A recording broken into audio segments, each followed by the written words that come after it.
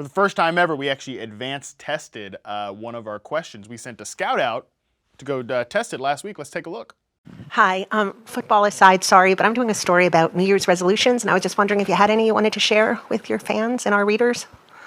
Yeah, no, not right now. Okay, thanks. Maybe next week.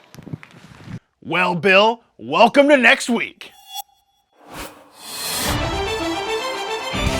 Bring it on in. It's week 17. I'll admit, feels a little weird to be saying week 17, blah, blah, blah, this extra week. It's throwing me off a little bit.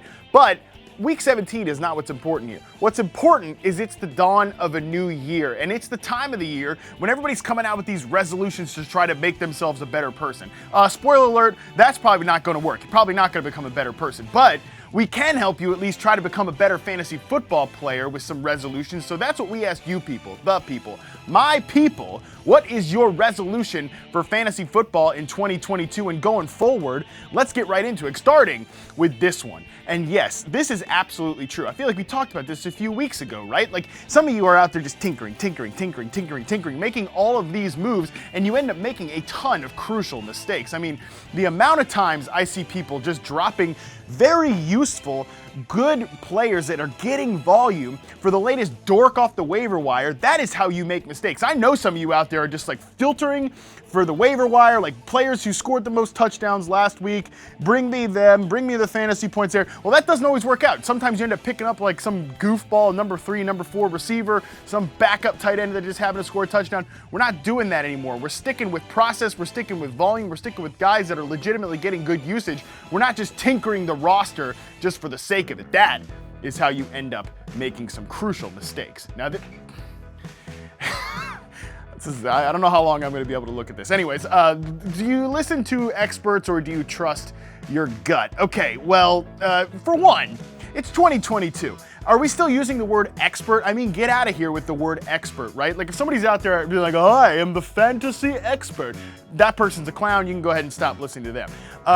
But do you trust your gut, or do you listen to, let's say, analysts, writers, people that are in the business, people like me? Like I think about football 24/7, 365. That's my job. That's all I think about. That's the only difference between me and you.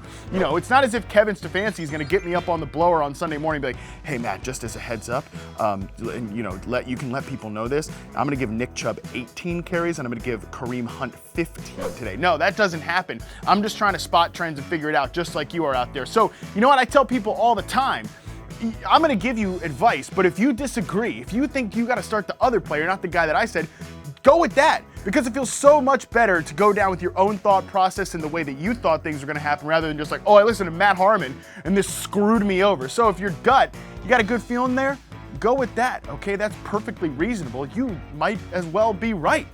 And here's a perfect example of where analysts, people like me, were so wrong this year. We were all excited about the prospects here in 2021, this rookie quarterback class. You know, we were all out there, and look, those guys might be good, but we were all out there like, oh, you got to draft Justin Fields and Trey Lance and Trevor Lawrence as your QB2 in best ball or super flex, as Trevor mentions here.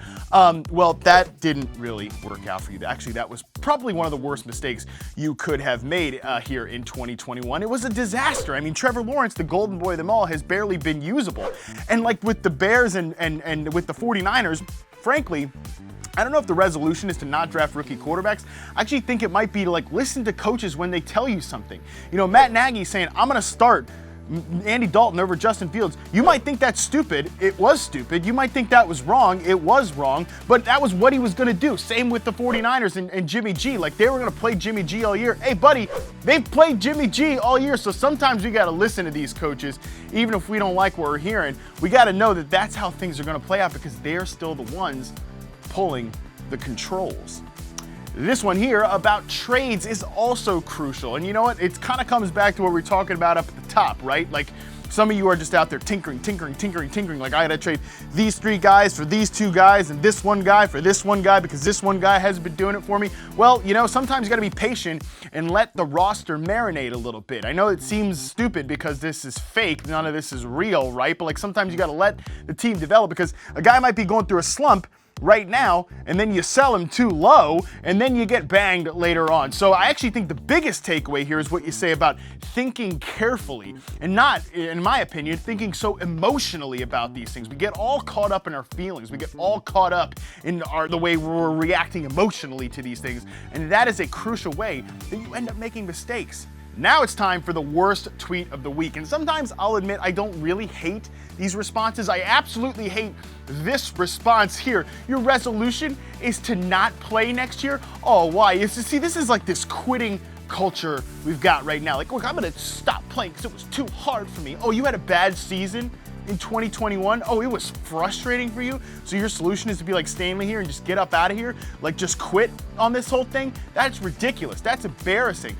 When did that become the answer? It was getting hard, so you just went ahead and quit. That seems stupid to me. You know, I think when you get adversity, like you have a tough season, you look it in the face, you look adversity right in the face and you say, hey, not today, adversity. You might have got me this year, but I'm gonna come back and get you next year. I'm gonna be a better player and win in 2022. And that is the way we're gonna leave it today. Because I will admit, 2021, the season that was, there were some really frustrating parts, okay? A lot of things didn't go to plan. There was some really unpredictable stuff, lots of injuries, especially the ending here. These last few weeks for fantasy have been very frustrating and hard to deal with, but that's just life.